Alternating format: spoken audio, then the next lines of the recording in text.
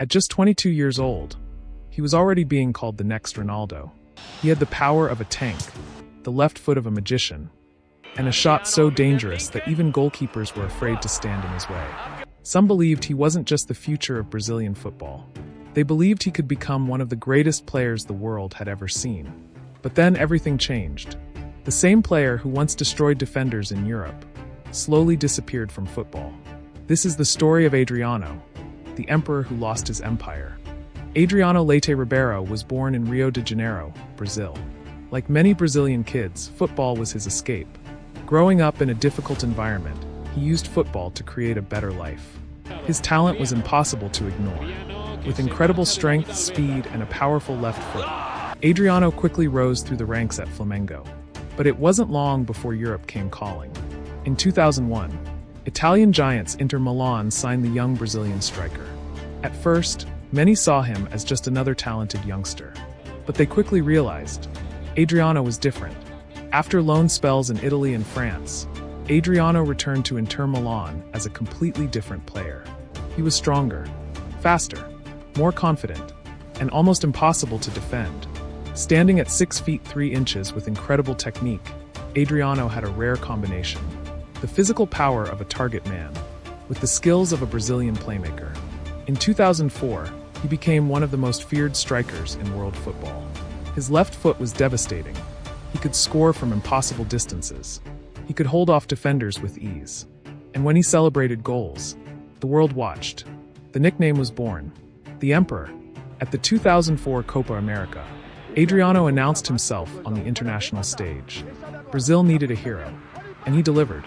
He scored important goals throughout the tournament, including a dramatic equalizer in the final against Argentina.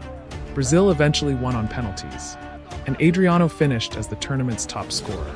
A year later, he helped Brazil win the Confederations Cup. At this point, many believed football had found its next superstar. The question wasn't, how good can Adriano become? The question was, can anyone stop him? But behind the incredible performances, Adriano was fighting battles nobody could see. In 2004, his father, Almer, passed away. For Adriano, this was devastating. His father was not just a parent. He was his biggest supporter. The loss affected him deeply. The confidence, happiness, and passion that once defined him started to disappear. And slowly, football became less important. After his father's death, Adriano struggled to find himself again. His performances became inconsistent. The unstoppable striker that destroyed defenses was no longer the same. Inter Milan tried to support him, but the problems continued. There were injuries, fitness issues, and questions about his dedication. The player who once looked destined to rule world football was slowly losing his throne. Adriano returned to Brazil hoping to restart his career. He played for clubs like Flamengo and Corinthians. And sometimes, the old Adriano appeared again. The powerful shots, the unstoppable runs, the moments of brilliance. But they were only flashes. The consistency was gone. The football world kept asking, what if? What if Adriano never lost his father? What if he stayed at his peak? What if the Emperor continued his reign? Adriano's story is not just about football. It's about a player who reached the highest mountain, but couldn't escape the battles inside his own mind. For a few years, he wasn't just one of the best strikers in the world. He was a player who looked capable of becoming the greatest. But football never got to see the full version of Adriano.